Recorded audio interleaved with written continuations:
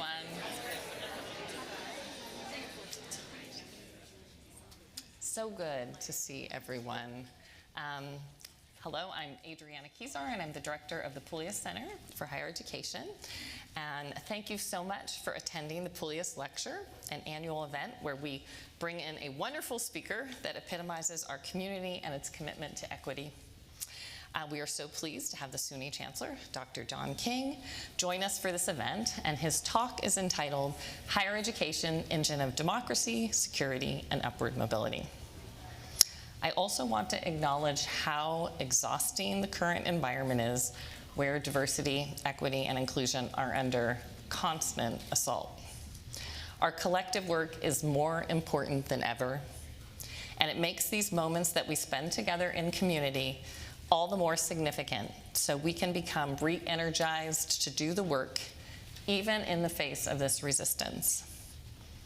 Let me begin with a land acknowledgement, recognizing that we occupy land originally and still inhabited and cared for by the Tongva, Tata, Viam, Kizh, Sarana, and Chumash peoples. We honor and pay respect to the elders and descendants, past, present, and emerging, for they showed us to live in harmony with the lands and the waters. And if we had learned from their example, we may not be facing the environmental hazards that we're all experiencing right now that threaten our way of life. I'm honored to highlight a few major accomplishments of our center this year. This last fall, hopefully some of you saw that the Association for the Study of Higher Education presented the Pullias Center with a Special Merit Award.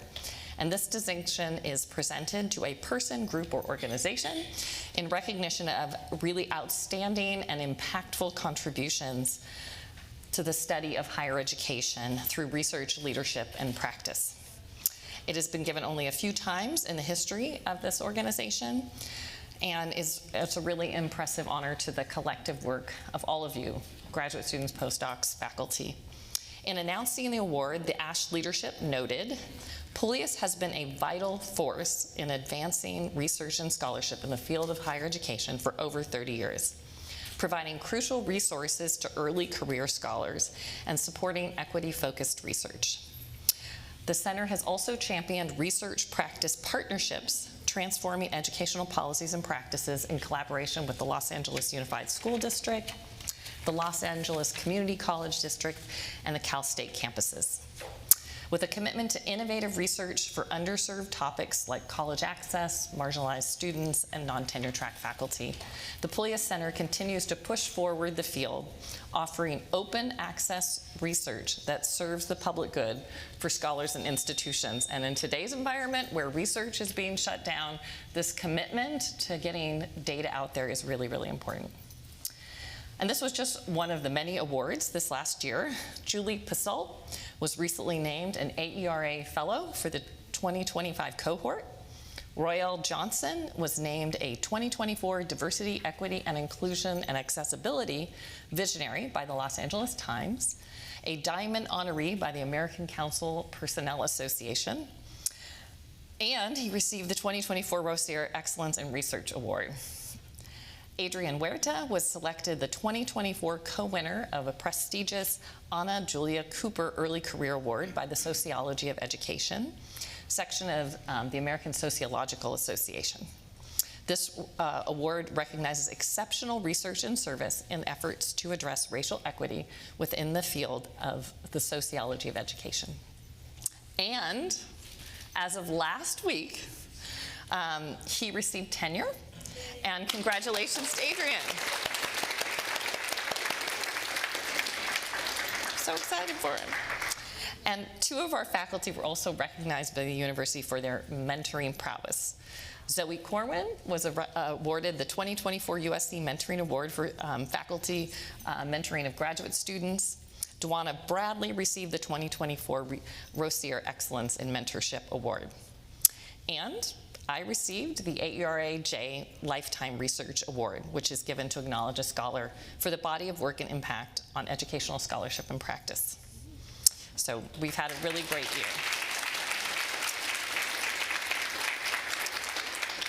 We also continue to bring in large-scale grants to support our work on equity. Royal Johnson and Dwana Bradley received a grant to expand their criminal justice prevention research and practice efforts. Julie Passault and Steve Desir have brought in important grants related to the post-Supreme Court decision from the Sloan and Mellon Foundations. Elizabeth Holcomb and I received grants from the Gates Foundation and ECMC to study shared equity leadership. It's an important approach for advancing equity as these centralized offices and chief diversity officers come under increasing scrutiny.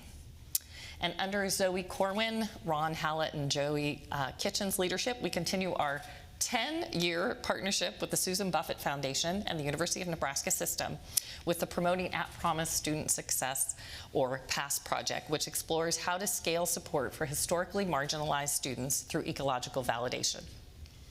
There is too much good work to highlight, and I'm hoping you're all following our newsletter and visiting our website for updates. I'm truly honored to be able to work with such a compassionate, inspiring, caring, and dedicated group of scholars and students. Lastly, I want to thank our center's staff, Diane Flores, Monica Rad, and Cheryl McPhee, which everybody knows, our amazing staff who worked so hard to bring this event today. And we have a major milestone this year. Monica Rad, where is she? Will be retiring after over 20 years of service with Pullias. We will celebrate her in May.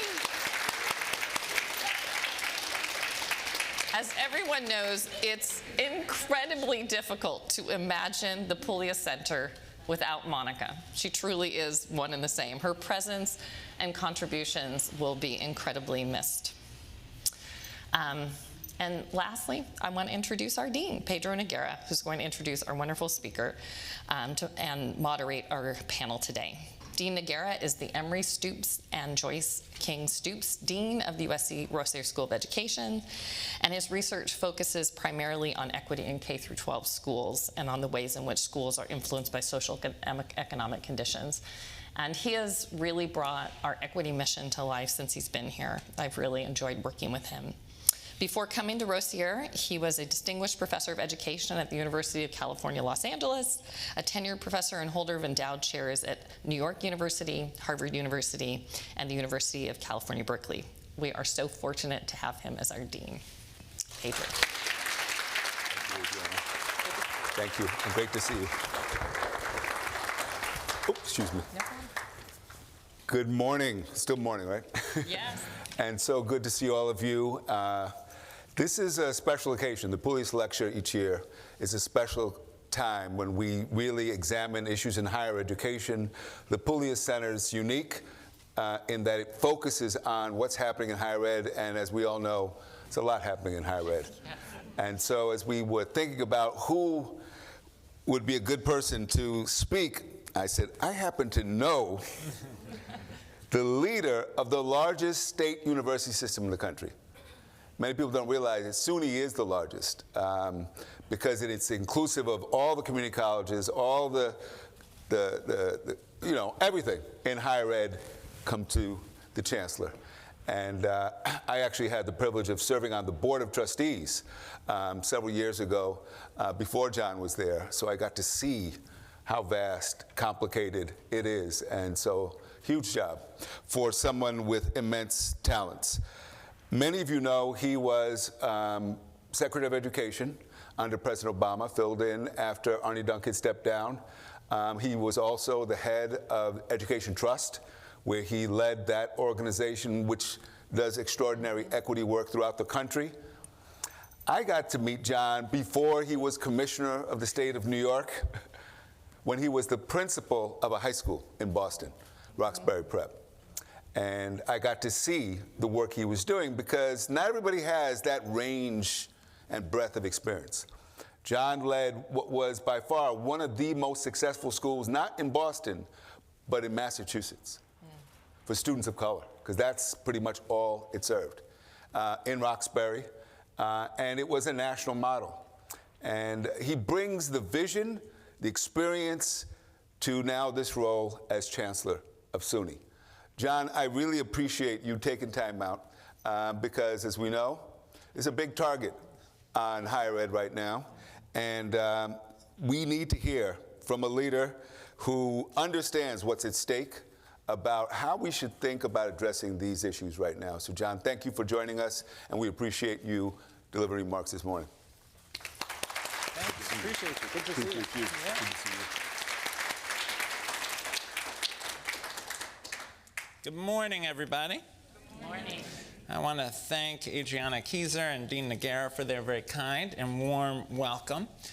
Being in a room with so many scholars of higher education, particularly in this moment, is energizing. I just spent a little bit of time with some PhD students here, and it was a great warm-up for this discussion and a reminder of why we all do the work that we do.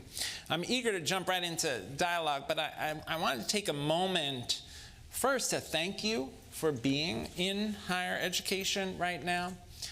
Day in and day out, you are doing the work that I think it's safe to say brought us all to this field. The opportunity to transform not only individual lives, but the trajectory of entire families and generations to come. The work you're doing is more important than ever, and let me just be clear that as the title of our discussion suggests, I believe higher education is an essential engine of democracy, security, and upward mobility. In fact, the Pullias Center's mission of world-class higher education research, coupled with intense emphasis on advancing equity in higher education, is so very aligned with our mission at SUNY. When I became SUNY Chancellor, our Board of Trustees and I set out 4 pillars that would guide our work together: student success, research and scholarship, diversity, equity, and inclusion, and economic development and upward mobility. And DEI in particular is in SUNY's DNA. It's quite literally in our enabling statute that was written more than 75 years ago, which describes our mission, quote, to provide to the people of New York educational services of the highest quality with the broadest possible access, fully representative of all segments of the population. And we are not backing away from any of that. Even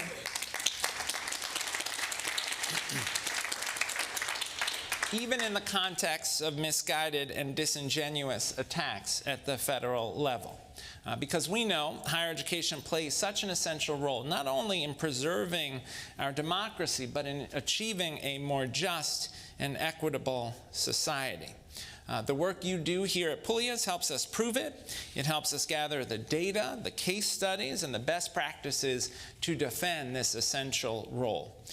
And that helps us as university leaders to implement big goals. And it helps us at SUNY to put those 4 pillars into action. One thing we're working toward, for example, is an ambitious civics and service agenda, which requires, among other things, a new civic discourse requirement for all undergraduate students as part of our general education framework. And true to our historic mission, diversity is integral to everything we do, including ensuring that students understand our nation's full and honest history. Even before civic discourse, we had adopted a diversity, equity, inclusion, and social justice component to our general education framework. And to help faculty integrate DEI into their existing coursework, we named DEISJ Fellows who can support their peers, so that the student who's studying nursing also has an opportunity to study the persistent, deeply troubling gaps in maternal mortality for Black women, so that the student who's studying psychology can recognize the importance of diverse and representative research samples. I know the Pullias Center shares our belief that higher education is one of the best drivers of upward mobility we've got. That promise is deeply personal to me.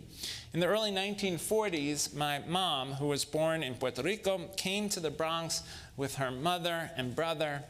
My grandmother, a recently divorced single mother, went to work in a garment factory and enrolled my mom in New York City public schools along with my uncle.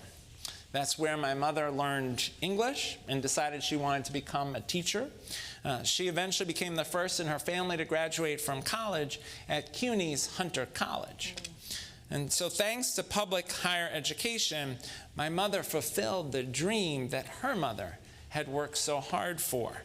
All that I am is because of them. Public higher education, that's right. Public higher education quite literally made my life possible. And I love that every day at SUNY we get to help make that American dream possible for students across New York State. We have 64 campuses in the nation's largest comprehensive system of public higher education, from our community colleges to our R1 research universities. In fact, 95% of New Yorkers live within 30 miles of one of our campuses, meaning that we are pillars of local communities and drivers of regional economies across New York State. At SUNY, we're proud of our academic excellence and our incredible affordability, with tuition at our 4-year campuses set at $7,070. That's for the year. That's pretty similar to the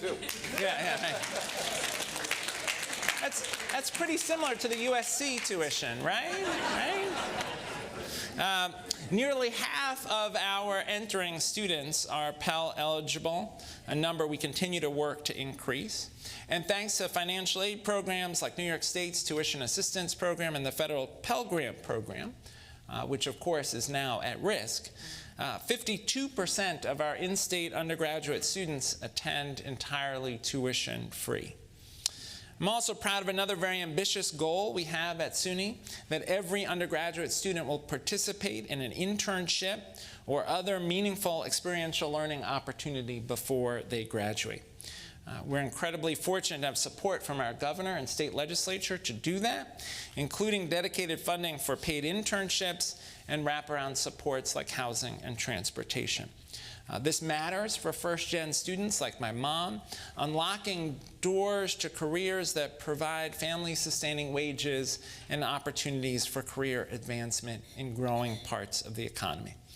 And this matters in a nation where nearly 2/3 of jobs that pay family-sustaining wages require at least a bachelor's degree. And with AI, that number is only projected to grow. Now, I know this crowd could probably give me even more powerful, convincing data around the relationship between higher education and upward mobility, but we understand that at SUNY it is our job to unlock a path to opportunity for our students. It's vital to our democracy, it's vital to the state and the national economy, and it's vital to our national security. That's one of the reasons that what's happening at the federal level, with the decimation and proposed dismantling of the U.S. Department of Education, the funding cuts at NIH and other federal research agencies, and the attacks on DEI is so concerning. And the bottom line is that our higher education institutions are and remain the envy of nations around the world. That's true whether we're talking about the liberal arts or whether we're talking about research institutions focused on STEM advancement, and every kind of higher education institution in between, from our community colleges to our colleges of agriculture and technology. And so it feels really important to come together and have this conversation today. When folks in Washington, D.C. are engaged in deeply distracting efforts to dismantle higher education support, we're focused on our strategy to improve education outcomes, particularly for our most vulnerable students. I'll end on this. When SUNY students and sometimes faculty will ask me what they can do about proposed funding cuts to programs or the fear-mongering about DEI programs, I tell them that our greatest strength is our why. I tell them that it's our responsibility to give voice to our values and explain how this work matters practically, to preserve the dreams of today's students and protect the long-term health of our economy and democracy. Don't be afraid of sharing your work. Share as loudly and proudly as you can. The research you're doing here at Pullias and what equity means to you and to this campus. Share it with local lawmakers, share it with your friends, especially the folks who ask, Why do we need DI? Or why do we need university-backed research? Or why do we need the U.S. Department of Education? As I learned this morning talking to PhD students here, there's so much here to share. Our institutions have the unique power to bring Americans together across all lines of difference: geography and race, religion and income, politics and nationality. Students who live together, learn together, who talk to each other will have a better chance of understanding each other and finding commonalities throughout their lives. That's why I continue to wake up every morning believing deeply in the unique power of higher education to strengthen the lives of our students and the health of our democracy. And I go to sleep each night proud of the work we are doing to tangibly deliver on these aspirations for the students we are privileged to serve. I can't wait to continue this conversation with Adrianna and Dean Noguera and all of you today. Thanks so much for letting me join you. All right. Thank you. Oh, you want me to go?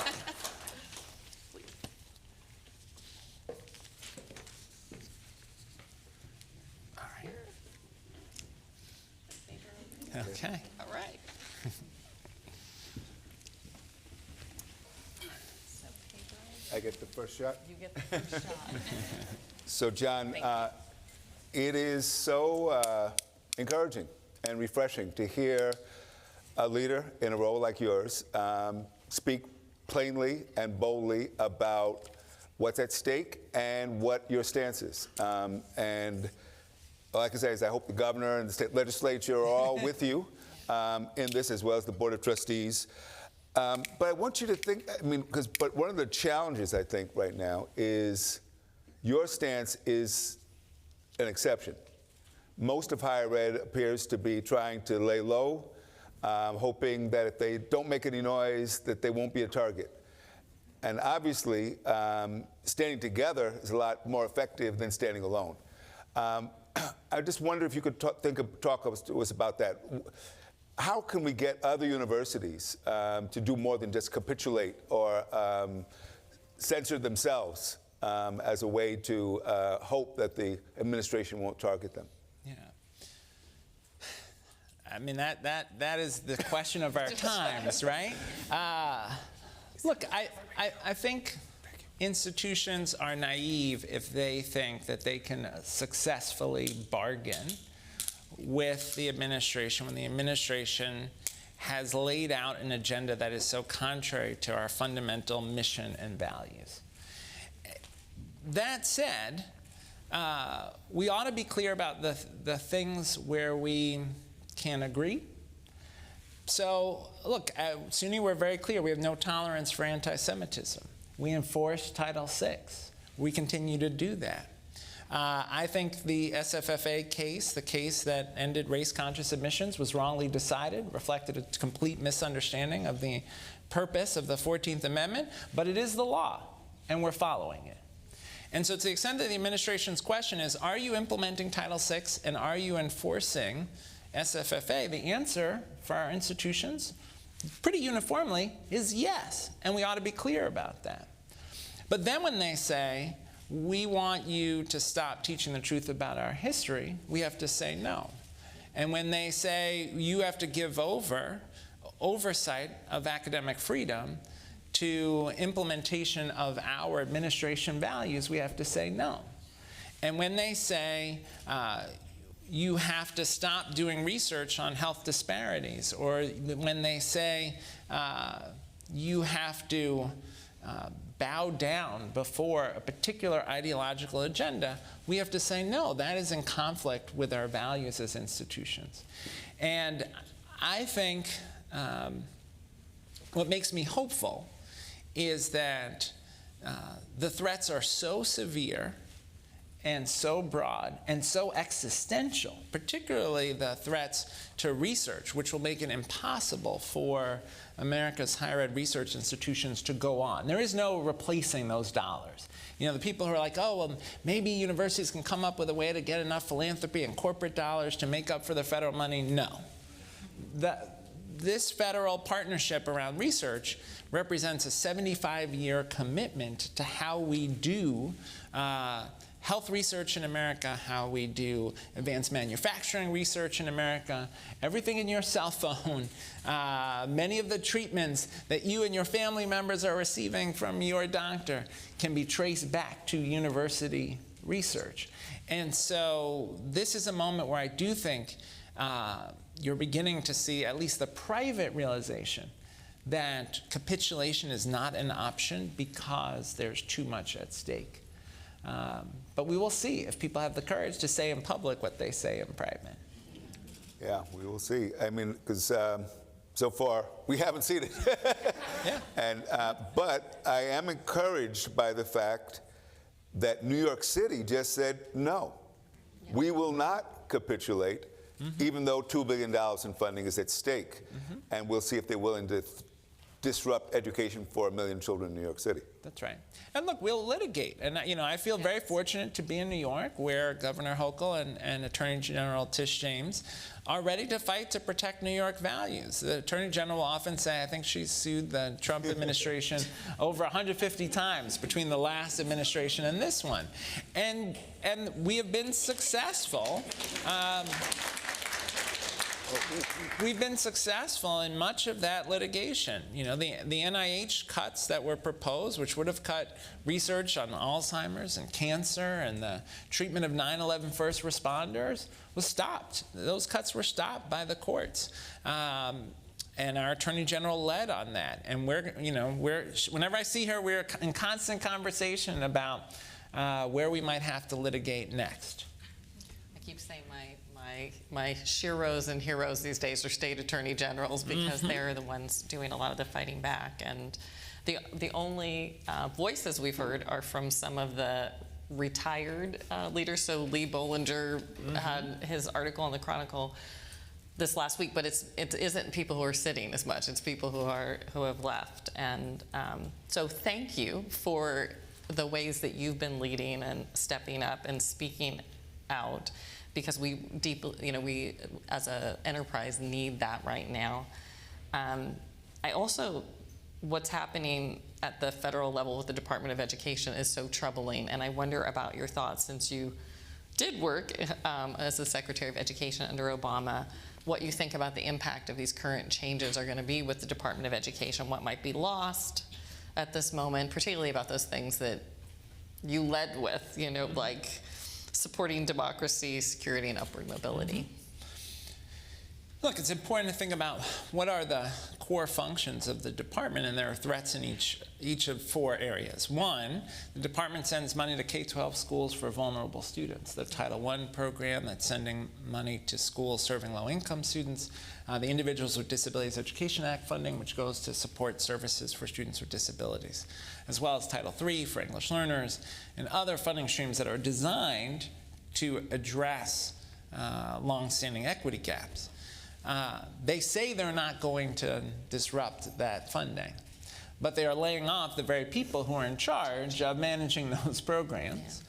And I worry that without that funding, we will see devastating harm to K-12 schools, right? You're talking about our most economically vulnerable schools not being able to provide advanced placement classes, cutting extracurriculars, laying off teachers, growing class sizes. Right? Those are the stakes. Not to mention students with disabilities not getting the services they are entitled to. Second major area of work for the department is the Pell Grant program and the federal financial aid system, student loans. I'm very worried about that breaking.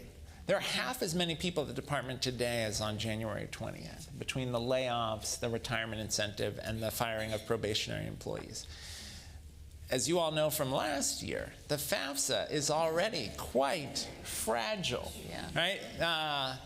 The Federal Student Aid Office is understaffed and underfunded, was understaffed and underfunded on January 20th, but now has a lot fewer people.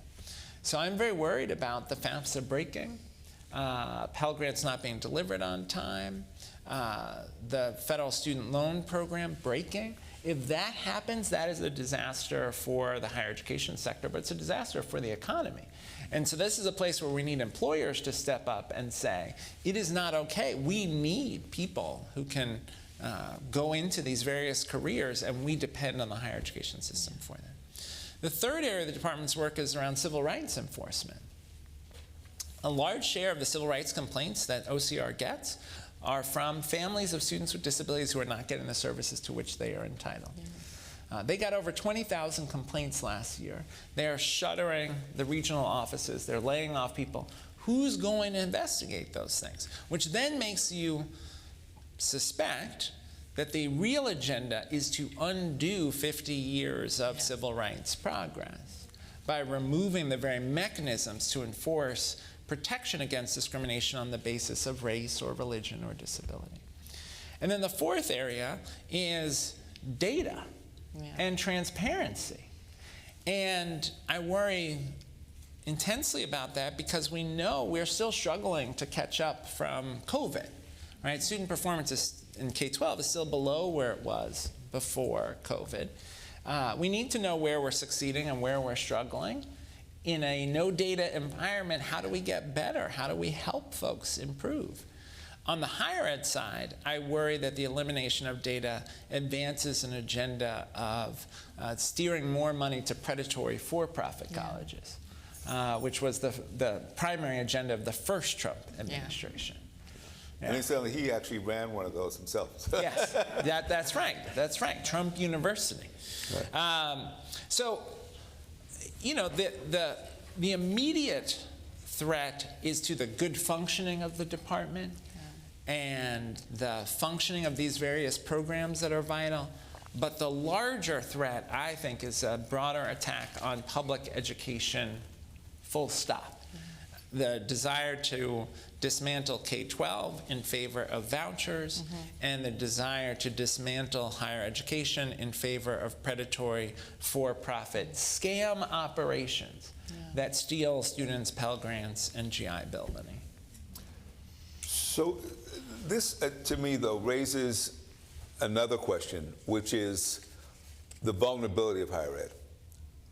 And because I would say that despite the case you made for SUNY's commitment to equity and access, that's been an issue in higher ed. That is that the costs keep rising, and more young people are questioning the value of college because they saddle with debt for the next 30 years of their life. The Biden administration attempted to bring some relief, but they didn't create a strategy to fix the problem. These were one-time fixes, so for the lucky ones who got it, that's good, but we have a huge challenge with access to higher ed, how you finance it, how you support these institutions. Your thoughts about that? What are we doing to make sure that these institutions are accessible to a broad public? In many ways, what the Biden administration was trying to do is to correct a 40-year policy mistake that you could trace back to the Reagan administration. Right, in 1980, the Pell Grant program covered 80% of the costs of public higher ed. Today, it's probably roughly 28%. So the erosion of the purchasing power of the Pell Grant program translated into more debt for students. And so my frustration always with the conversation about the student loan crisis, to your point, Pedro, is if we don't fix the underlying problem of how we fund higher education, we just have another generation of students 10 years out saddled with debt. So I think we should be moving towards a place where public higher education is debt-free for students. The governor in New York has proposed free community college for adults 25 to 55 in high-demand workforce areas. We're hoping that will come through in the state budget in the next couple of weeks. And to me, that is an entry point to what I hope is a move towards free community college, which is something we proposed in the Obama administration. That's part of how we get at what you're describing, I think, is to make it so that if you choose public higher ed, you should be able to graduate without debt. But we also need to do a better job making sure students graduate. And one of the critiques that I think we are vulnerable to is that a lot of students start and don't finish. It's particularly true at community colleges. It is disproportionately true at regional publics. And we actually know how to improve those things. One of the things that we're doing at SUNY is scaling to 25 of our campuses the ASAP and ACE programs, which were originally launched at CUNY, have been shown in randomized controlled trials to meaningfully improve retention, persistence, and completion. In the case of the ASAP program, now in multiple states, we've seen a doubling of completion rates for students who are in the ASAP program compared to similarly situated peers. So we're scaling that. We persuaded the governor to help us do that. She's actually got permanent funding for that program in her budget proposal this year. But my view is no one starts college thinking, oh, I'm just going to take a semester's worth of classes and drop out and have debt and no degree. And so we have to have as our intention putting in place the supports that help students complete. If we want to be less vulnerable to the, this despair around, is college worth it? Yeah. Picking up on that state sort of theme and the state disinvestment, so Robert Anderson, who leads the SHIOs, has been saying, okay, if we don't have a lot of leadership at the federal level, Department of Ed is getting gutted, what role can states play? And you've already shown like a state system that can play a really significant role. And I just wonder if you've pondered at all the ways that some of the states, and I know not every governor, but governors might play a more significant leadership role in this vacuum that's happening right now. Yeah. I mean, yes, but. And I would say yes in the sense that states could make strategic bets to keep college affordable in their public institutions, to improve completion, to expand internships and career development programs that better link to the economy. All of that would be super helpful. States can make strategic investments in research. We have a project that the governor has funded, sort of a public option for artificial intelligence. We don't want all the AI computing capacity to be with Meta and Google. Yeah. And so the governor is making a very large capital investment at University at Buffalo in a supercomputer that will be one of, if not the most powerful on any higher ed campus in the United States. And faculty from our 4 research institutions, CUNY, Cornell, NYU, Columbia, and RPI will all be able to run research questions on that supercomputer. Each institution will put in some operating dollars, the governor's putting in the capital money, and we are creating our own AI infrastructure to be able to do AI research for the public good, right? Whereas Google and Meta are using AI for the profit of Google and Meta. We're focused on the public good. So states could do that kind of work. Yep. So that's the yes part, but the but is that it's too much money. The federal money, we get $700 million a year plus in federal research money. The state's not going to be able to backfill that. If Pell Grants go away, states aren't going to be able to backfill that. So I think part of our strategy has to be to get members of Congress on both sides of the aisle to understand the stakes for their constituents. And, I'll give you 2 examples. In the first Trump administration, every Trump budget proposed significant cuts to federal research.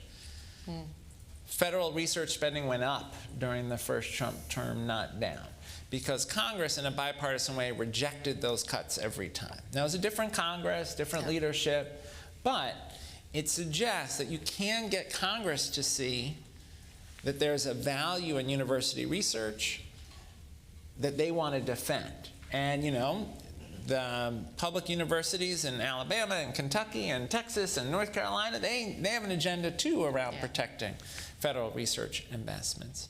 Similarly, Pell Grants, like Medicaid, affect every congressional district. You're talking about lots of constituents who would be immediately cut off from access to higher education. We have to tell that story to members of Congress. So I'm spending a lot of time with particularly Republican members of our congressional delegation talking about the stakes, because we need them to vote with their constituents, not just with the administration. Good luck. I want to talk about another threat that's not political. It's demographic. The declining birth rate. And how this is going to impact, and is impacting higher ed already. We're seeing colleges and universities close. We're seeing, particularly in rural areas, how is SUNY handling this looming threat? Because simple truth is we will have fewer students to educate, and we have a lot of colleges that won't be able to stay afloat because they won't have the students. Yes. So what I say to our presidents is, it is true that there will be fewer 18 to 22-year-olds, particularly fewer white 18 to 22-year-olds. But there are actually plenty of students. If we serve Black and Latino students in New York in proportion to their representation in the K-12 population, we'd have a lot more students. If we served more of the millions of New Yorkers who have some credits and no degree and help them find a path back to college to finish their degree, we'd have a lot more students. If we had programs that were well designed for the adult learners, the over 25 population, childcare on campuses, weekend and night programs, hybrid coursework, shorter courses where you can feel like you're making faster progress towards a degree, stronger linkages between the degree and workforce needs. If we were serving more of those adult learners, there'd be plenty of students. If we serve more veterans, plenty of students. If we serve more students with disabilities, plenty of students. And so I try to say the responsibility is on us to evolve as institutions to meet the moment and the student population of today. But I think, thank you. Yeah. But the institutions, and we're seeing this with some of our small privates in New York, the institutions that say, I'm gonna keep doing exactly what I've been doing, and I'm gonna figure out how I market better just to that 18 to 22-year-old population of middle to upper income white students I've always served.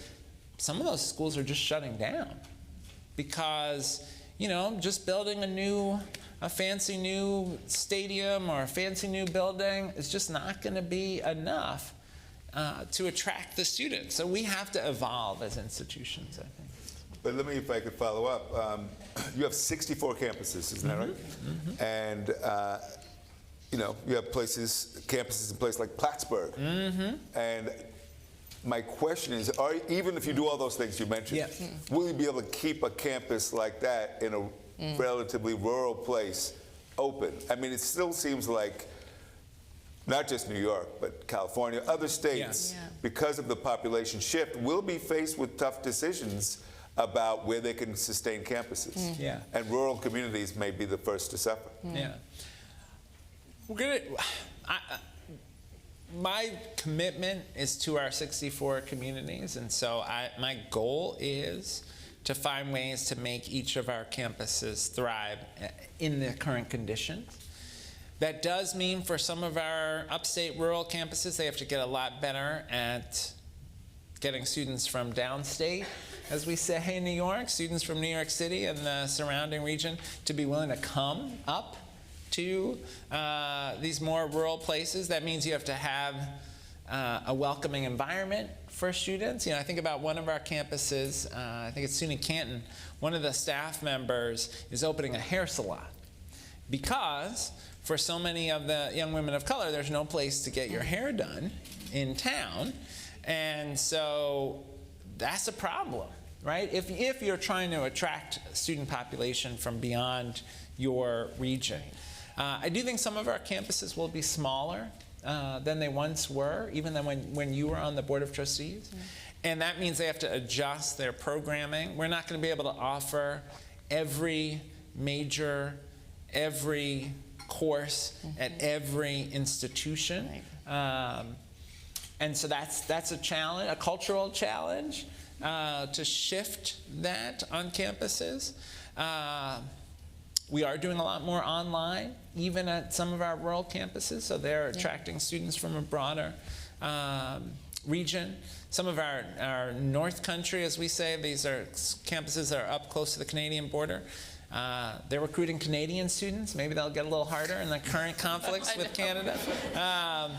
But we've just got to think. We've got to think creatively at each institution about what does it look like to survive, maybe as a smaller place into the future.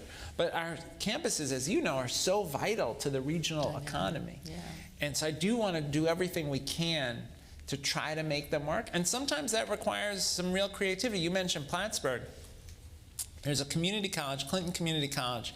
It's about, I don't know, 25 minutes maybe from Plattsburgh. The community college has shrunk a lot. They were in a very large building that was very expensive to maintain. Mm-hmm. We actually are going to move the community college to the campus of Plattsburgh, to facilities that were available at Plattsburgh. It's going to allow no loss of jobs. All of the faculty are coming over to Clinton. Clinton's going to keep its identity as Clinton Community College, but the students will now be able to access food services, athletic facilities at Plattsburgh. It's a win for Clinton. It's a win for Plattsburgh. It took some persuading of everybody, but we're going to have to be able to make those kinds of creative pivots to survive. So thank you for that. So you talked earlier about how leaders should respond in the current environment around the attacks on diversity, equity, and inclusion. But I just wanted to revisit it because it is such an existential threat right now to so much of the work that we care about. Is there any other advice you would give to people right now? Speaking about like how you said our research is more important than ever, but anything else that you wanted to add about how we can contribute, how you think others can meaningfully engage in this moment? Yes, I'll tell you one very nerdy research thing, and then I'll tell you a family story since my cousin Leah King is here, who's a grad student here at USC. So the nerdy research thing is, I do not think we have done a good job building the kind of evidence base that we need around the impact of DEI programs and initiatives in higher education. And that is a problem when we are making the case to people who are persuadable. Like there's a set of people who have an ideological view or who watch too much TikTok. Like I don't know that we can win them over. But there's a healthy group of folks in the middle who I think are persuadable, but we have to be able to demonstrate. We say that DEI initiatives result in a greater sense of belonging that causes students to be more likely to persist and complete. We haven't built the evidence base around that. We say that I was talking with the PhD students earlier about workplace DEI training. We say it's a good thing to do. We tell leaders as a matter of virtue signaling that they should do it. But again, I'm not sure we've built enough of an evidence base. What does the right training look like that's going to be effective in moving people to be more open, more collaborative, more willing to learn, more tolerant of difference? And so I just think there's some evidence building, and I think Pullias is actually very well positioned, not to make this commercial for Pullias, but I think that very well positioned to contribute that, and certainly the USC Center on Race and Equity as well, to help us build that evidence base so that we can make the case. So that's the wonky thing. The family story is really about how we need to get better at talking to people who are different from us. And who don't already come in with these beliefs. So Leah and my family and I had the experience a few years ago. I was invited to give a talk at the University of Maryland Eastern Shore, where my grandmother graduated in the 1890s, 1894. Wow. And so in preparation for the speech, I dove into this family research project along with Leah's dad, my cousin Hal. And this friend of a friend who was like a family historian, genealogist at the Schomburg, the part of the New York City Public Library that works on African American history, volunteered to help. And one night she sends an email that I get, I'm watching TV with my family, I get this email and it says, I found the place where your great-grandfather was enslaved. It's 25 miles from where you live. We were living at the time in Silver Spring, Maryland. The property is in Gaithersburg, Maryland, about 25 miles away. And, by the way, the cabin where your great-grandfather and his family were enslaved is still standing on the property. And property is still owned by the family that are direct line descendants of the family that enslaved your family. You know, we were just sitting on the couch watching TV. And so then it sparked this whole conversation, this family conversation about, well, what do we do with this information? And how do you reach out, the Beckers, the name of the family, how do you reach out to the Beckers? Do you send an email? Do you write a letter? Do you just call? And like, what do you say to initiate this relationship?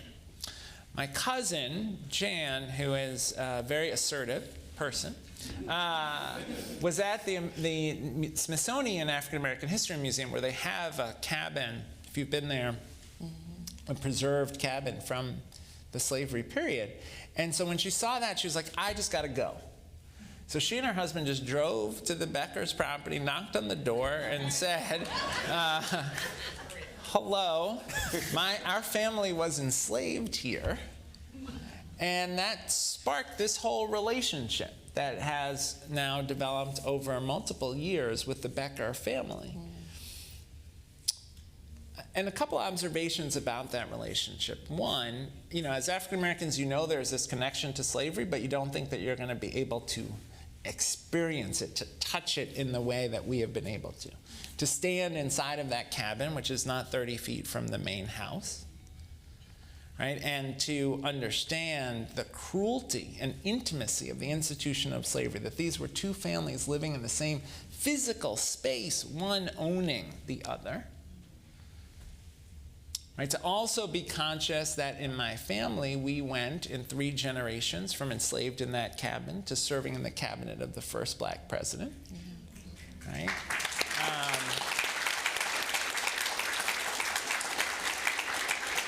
So that's been an incredible journey, but so too is building a relationship with the Beckers, who, despite growing up on a plantation, they call the cabin the quarters.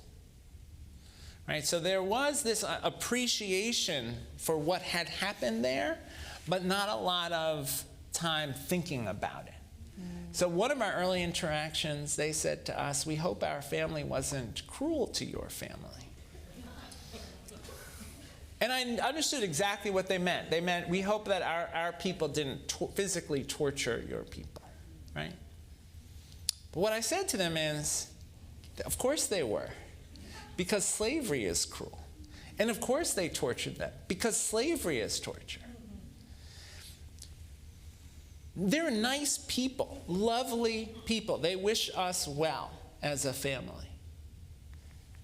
They were educated in the Montgomery County schools. But growing up on a plantation, going to American schools, they somehow still had a notion that slavery could be a gentle institution. And I don't fault them for that. I fault our society for that. Right? If you compare like how we talk about slavery to how the Germans have approached the history of the Holocaust. Right? Like, we have statues of Confederate generals around the country. Like, we are in denial about this history. And what I've learned from the relationship with the Beckers, and they've been very open to conversation with us, is how much work we have to do to communicate across lines of race and class, and we can't be afraid of that work. And so that's my other advice is I do worry that there's a way in which, especially for folks in the academy, we can almost look down our noses at people who are hostile to DEI and write them off. And I don't think we should write people off, even though it's hard. I think we have to work at trying to build cross-cultural understanding. There was a moment, one of the sisters invited me to speak at the meeting of the Daughters of the Confederacy. And I said, I can't do that because of what the Daughters of the Confederacy are. And she said, I don't understand what you mean. And I said, well, the Daughters of the Confederacy have existed since the late 19th century to create a false understanding of what the Confederacy was, what the Civil War was about, and what American history is. And so I can't come speak because I can't be a part of what the Daughters of the Confederacy mean. And she said, well, we think of it as celebrating our ancestors, and their ancestors fought for the Confederacy, as many Marylanders did. We think of it as celebrating our ancestors. We do things like we pin medals on veterans who are descended from Confederate soldiers. And I said, but even that is so problematic because the Confederate soldiers were rebelling against the United States. They were traitors to the United States. So, and it was a fruitful conversation. Like, they just hadn't thought about it the way that we think about it. And honestly, I hadn't thought about it in the way that they think about it. And so we've built this relationship, and I think we all have a responsibility to figure out ways that we can build those kinds of relationships. And if we're going to knit ourselves back together as a country, we have to figure out ways to talk to people whose starting place is very different from ours. Thank you so much. That's a really powerful story. I appreciate that. And you get the last question Well, before we're going to go to your that story about your history is just moving. One of the things I learned, Harriet Tubman was from the Eastern Shore. Yes. Frederick Douglass was from the Eastern Shore. That's right. So there's a history of abolition there and of resistance there. Yes. I was just in Montgomery, Alabama, and that was the home of the Confederacy. Jefferson Davis's house is there, but it's also the home of the Civil Rights Movement. And they sit right by each other. The museum to the victims, 4,000 victims of lynching, is in Montgomery. And so that's part of the history too, right? A history of struggle, a history of resistance. And it's a history that's attempting to be erased right now. Yes. And we know that's part of the so-called mandate that this administration claims for itself. So, given the moment we're in, you are one of the few educators in this country who've had such a range of experience at the K-12, at the federal, at the state, now at the in higher ed. It really seems that what this country is suffering from is an amnesia and an unwillingness to confront the past, and to some degree that's part of what's at stake now too. And so, as a leader who is trying to think about charting these waters, what's your final message to us? We're trying to not give in to despair, but to really recognize. I came away from my visit to Alabama feeling, no, we have a history. We've been through much worse than this moment. So I'm just hoping that you can give us something good to hold on to. Yeah. Two things. One is, I think we all have to try to be very practical about what we can do. And like being mad at MSNBC is not doing a thing. And posting on X or Instagram about what you're mad about is also not doing a thing. And so figuring out what in our individual world that we can control and influence can we do to be democracy advancing. And maybe some folks in this room will run for office, and maybe some folks will work on campaigns, and maybe some folks will write a really powerful piece in the Atlantic. whatever the thing is, but figuring out what you can do to try to make forward progress so that you can be purposeful and not just overwhelmed by the threats that we face. The second thing, and I think, Pedro, you're exactly right, we have seen much worse. We have to stay hopeful about the ultimate outcome. You know, President Obama's version of that he would often cite is Dr. King's words that the arc of the moral universe is long, but it bends towards justice. And he would talk about that in the sense that we do have this history of 2 steps forward, 1 step back. Sometimes feels like 2 steps forward, 3 steps back. But in the end, America's story is a story of expanding the circle of opportunity. It is the story of the Underground Railroad and of the Civil Rights Movement and of the women's suffrage movement and of Stonewall, right? That is our story. And so we have to draw inspiration from that. The most inspiring thing I've done in the last 3 weeks is go to a funeral. It was the funeral of Hazel Dukes. Hazel Dukes was the president of New York's NAACP. She grew up in Montgomery, Alabama. She passed at 92. Still leading the NAACP at 92. And the funeral, there were thousands of people there. Secretary Clinton, Governor Hochul. And what you could see is here was this life that began in the midst of the deeply segregated South. And she spent her whole life in the struggle for expanding civil rights and access to opportunity. And part of what was so inspiring was her example for all of us, right? That whatever the odds are we face, we should see her strength, her perseverance as an example for us.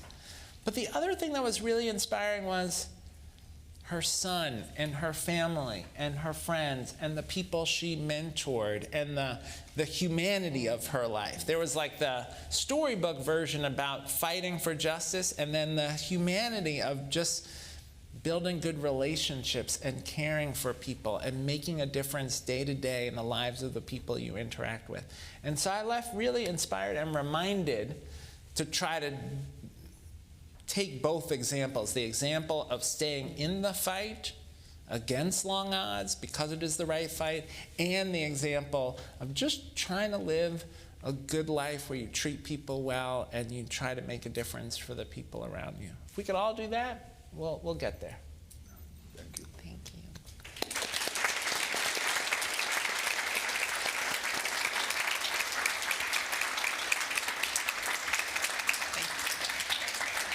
We're hoping to take some of your questions, so I think there's might be a mic. It's here. 2 mics. So just raise your hand if you have a question you would like to ask. We've got about 10 minutes for some questions. And please just let us know who you are. That'd be great. Yes. Thank you. Can you hear me? Yes. Okay. Thank you for a very inspiring conversation. I couldn't help thinking about what you said. Firstly, the personal storytelling has been extremely impactful, but I want to go back to, I teach in the California State University system. We like to say the California State University system is the largest system for you. And I'm not sure what the current numbers are because of the decline. I'm at Dominguez Hills, which is number 1 in the system in terms of opportunity to improve, et cetera, and who we serve. And I teach in a business school. But one of the gnarly issues I think we face is that we could benefit from a competitive race where states like yours focusing on what they're doing rather than model the best practices for getting past this very difficult time in US history. And I'm wondering, in relation to the context, the statement you made about employers asking for certain and stating what their demands are, what skills they need, whether there's a role for private and public employers to actually step up and start directly funding public universities in the community, in the states that they live in, and what your thoughts are on that, without us always being sort of going out with our begging bowl, our foundations, our development offices. Yeah. Look, it's a great point. I think we are seeing some of that. You know, at our community colleges, there are a significant number of non-credit workforce development programs that are employer subsidized, where the employers just say, you know, I think about welding as one example, where we have some employers who've just said, we need more welders, we will pay for them, here's the money, put them with your welding professor, get us welders. What I've tried to persuade our business council and our chambers around New York is that there's so much more money in government, in the public sector, than they could provide one-off as individual employers, that we need them to put public education at the top of their political list alongside the various tax breaks that they are usually asking for. And you know, we've seen some success. For example, our business council organized a letter from employers statewide, including all of our chambers, to our congressional delegation around the NIH cuts, making the point that cutting NIH is bad for New York's economy. And that broke through, particularly with some of our congressional delegation members in the Republican Party. That's a constituency they pay a lot of attention to. So your point is right. Employers should step up to make direct investments, but they also should lean in with their political muscle. And we have to, as higher ed leaders, I believe, we have to build relationships there so that we can call them to ask them to do that. And I think some leaders of campuses are better than that and others, but I try to say to our presidents, we need to see the local chamber as our partner. Mm-hmm. Thank you. Hello, my name is Esmeralda Hernandez-Hamed. I am the director of the Colleges and Universities portfolio at the USC Race and Equity Center. So I appreciate your shout out.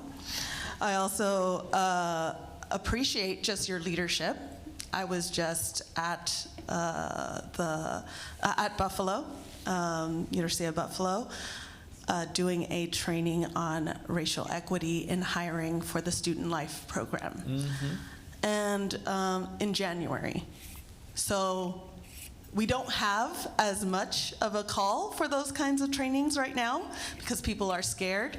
And so I appreciate that. I believe you are part of the reason why they still have the courage to say this is an important part of what we're doing. My question is around kind of the cultural shift idea. I work not just with practitioners in student life, but with faculty around racial equity and what they can do in their day-to-day practice, right? What everyone has the responsibility to do, right? And it can be difficult when even our culture of higher education is the idea of like, well, here we are, we're experts. We were trained, many of us, in very prestigious institutions. And so to even let go of the idea of like, I need to learn a lot more to be able to get the students through and support their learning rather than be a barrier to it, which higher ed has been so long in the way that we have always done things. I wonder if you have any thoughts on how to move higher ed culture to a point of we need to focus more on all of our responsibility to get those students through, to see their learning, their capability, the excellence in all of the people that we do serve and that we could serve in order to survive. Mm-hmm. Mm-hmm. And I think about this all the time. I don't know that I have figured out the answer to that. Two things I think are helpful, data and proximity. And I've tried to create at SUNY, or I'm trying to create at SUNY, a culture of kind of honest evaluation of the data. Now, the administration does not want us to look at this data, but I think it matters to look at persistence and completion by race, and to ask ourselves, why are the numbers on some of our campuses for Black men in particular so much lower than other groups of students, and what are we doing about it?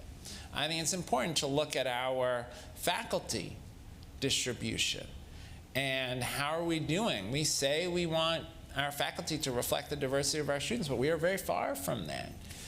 To look at the numbers for student affairs and for staff roles throughout, to look at the leadership numbers, and not just presidents, but presidents' cabinets, and to have the conversations about what we're doing to change that reality. Now again, the administration doesn't want us to look at those things. We keep looking at them, and we're going to until a court tells us we can't.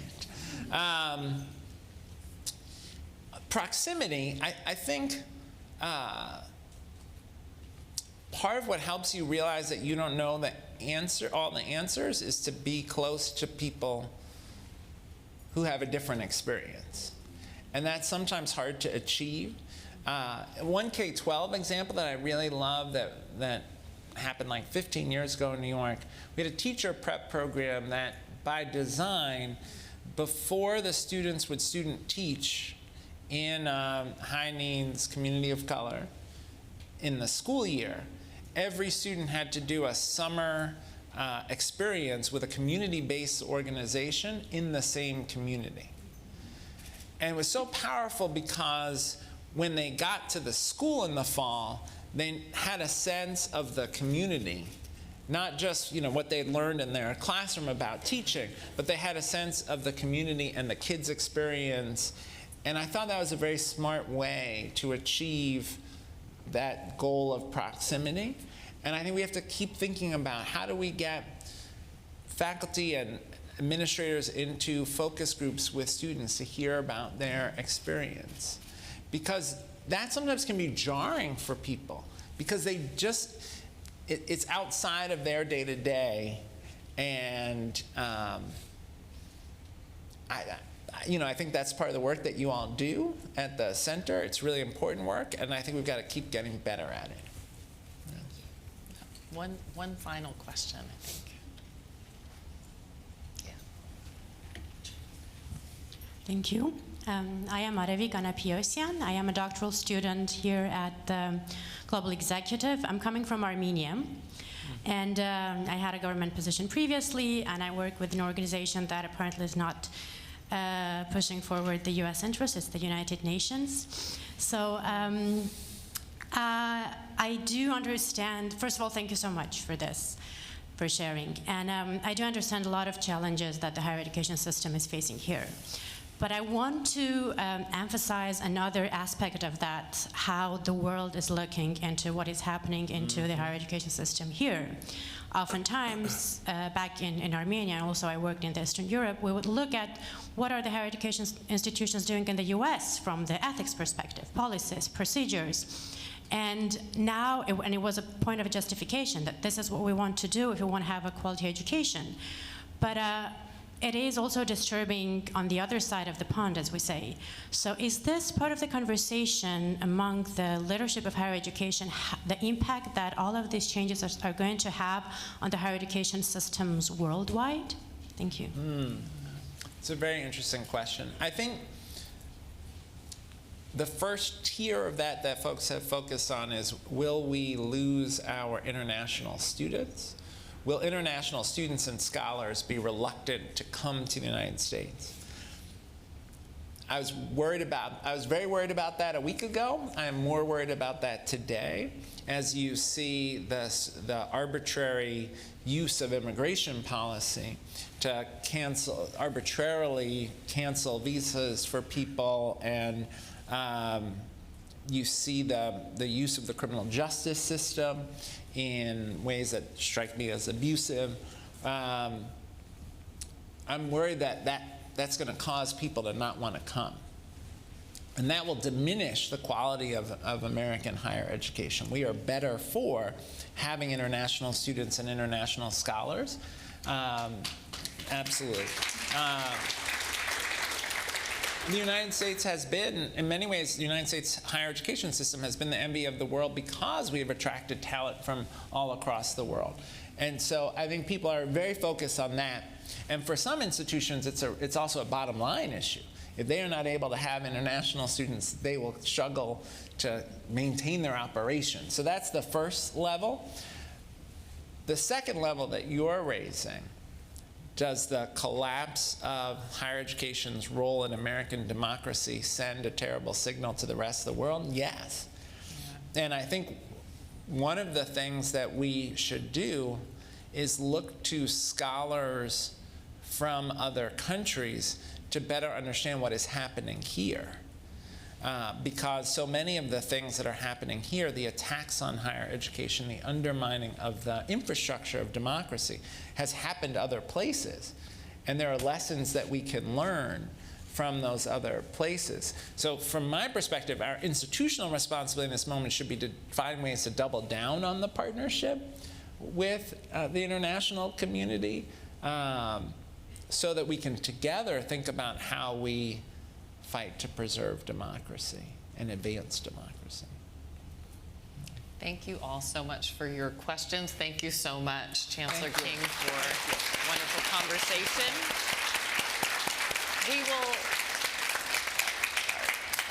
We will continue on into the luncheon, so everybody please feel free to go out. Okay, you need to go out and grab a plate and then come back and sit at a table and enjoy conversation with colleagues. Thanks so much. That was awesome. Really. Are you going to the ASU GSV?